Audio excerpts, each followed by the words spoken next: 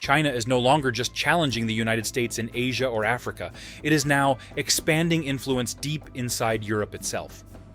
While the European Union tries to reduce dependence on China, Serbian President Aleksandar Vučić just traveled to Beijing and openly attacked European pressure. He accused Brussels of trying to dictate Serbia's foreign policy after criticism over his ties with China and Russia. That moment matters far beyond Serbia, because this is not simply about diplomacy. It is about a growing geopolitical split inside Europe itself. China is building economic and political footholds in countries the EU still hopes to integrate. At the same time, Beijing strengthens ties with Moscow, while cautiously stabilizing relations with Washington. Xi Jinping suddenly sits at the center of global diplomacy.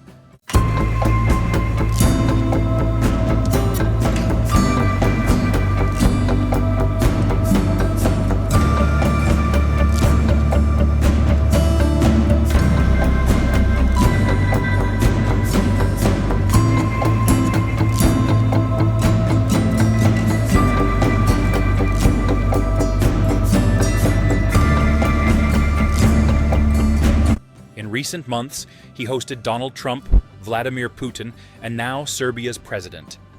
That is not coincidence. It reflects China's growing confidence that the world is entering a more fragmented era, and Beijing believes fragmentation creates opportunity.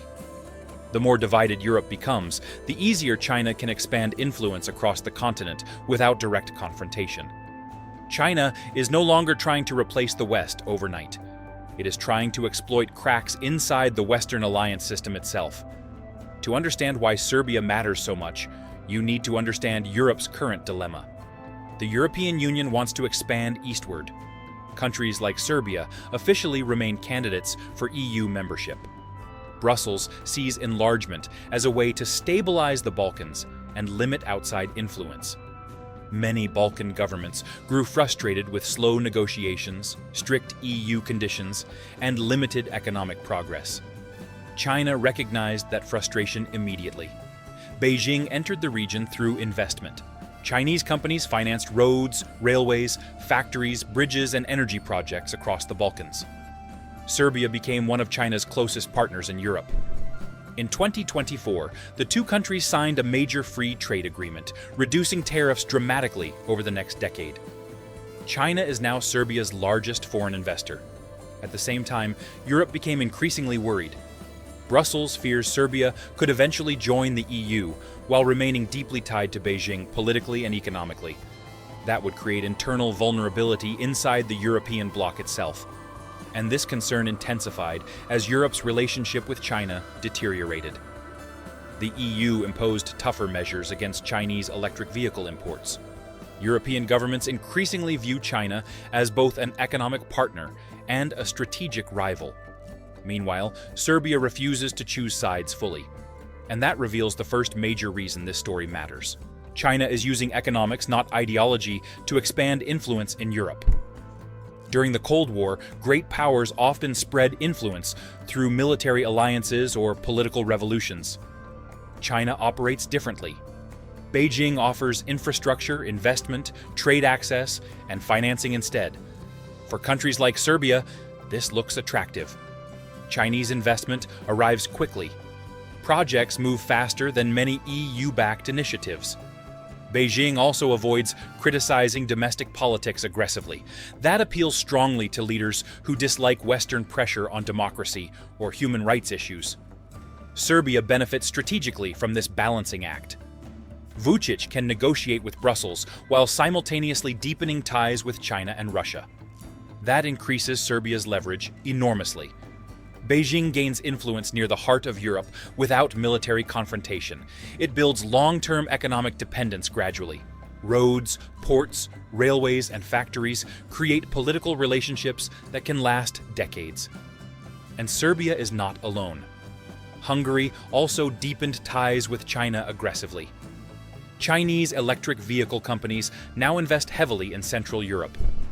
Beijing increasingly treats Eastern and Southern Europe as strategic entry points into the EU market. This creates anxiety inside Brussels. because Europe worries economic dependence eventually becomes political influence. But economics alone does not explain Xi Jinping's growing diplomatic role. The second major revelation is this: China increasingly positions itself as the central power connecting rival blocs. Look at Xi's recent meetings carefully. Donald Trump visited Beijing seeking reduced trade tensions. Vladimir Putin arrived seeking stronger strategic cooperation. Serbia's president came looking for investment and political backing. These leaders disagree on many issues, yet all traveled to Beijing. That signals something important. China now operates as a global balancing power, simultaneously engaging rivals who increasingly distrust one another. Xi benefits from this environment enormously. As relations between the West and Russia collapse, China becomes more valuable to Moscow.